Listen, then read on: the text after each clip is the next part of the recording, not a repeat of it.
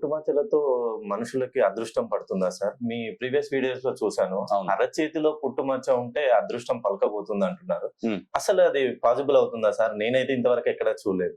Right. మీరు కాదు, నాకు తెలిసి నేనే కొంతమందికి చూశాను. ఓహో!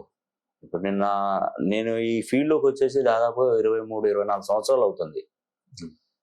ఎన్నో వేలలో, దాదాపు లక్షలలో ఉన్నాయండి. లక్షకు చెరువులో ఉన్న లక్షలలోనే నేను చూశాను.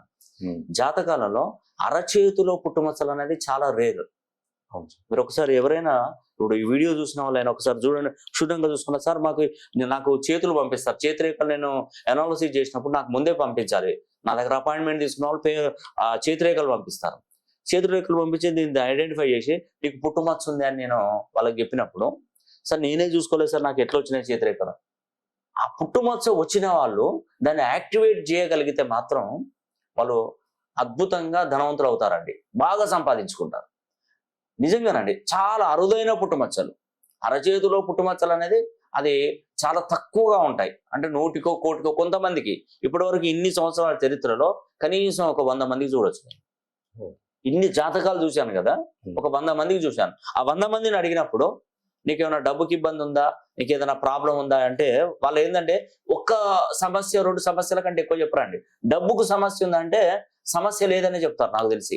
ఎందుకంటే ఫైనాన్షియల్ గా చాలా ఎదుగుతారండి, అద్భుతంగా ఎదుగుతారు అరచేతిలో పుట్టుమచ్చ. ఒకవేళ వాళ్ళు ఫైనాన్షియల్ గా ఎదగలేక దారిద్ర్యంలో ఉన్నారంటే దానికి ప్రధాన కారణం ఏంటంటే అరచేతులలో కొన్ని స్థానాలలో ఉంటాయి. ఇప్పుడు బుధ స్థానం ఉంటుంది, రవి స్థానం ఉంటుంది, గురు స్థానం ఉంటుంది, శుక్రస్థానం ఉంటుంది, చంద్రస్థానం ఉంటుంది.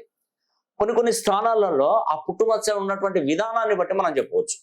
నిజంగా ఎవరైనా అరచేతిలో పుట్టుమచ్చలు ఉన్నటువంటి వారు నిజంగా చాలా అదృష్టవంతులండి. నిజంగా చెప్పాలంటే ఒకవేళ కుబేరుని వారసులు అని చెప్తాను నేనైతే, నా భాషలో చెప్పాలంటే కుబేరుని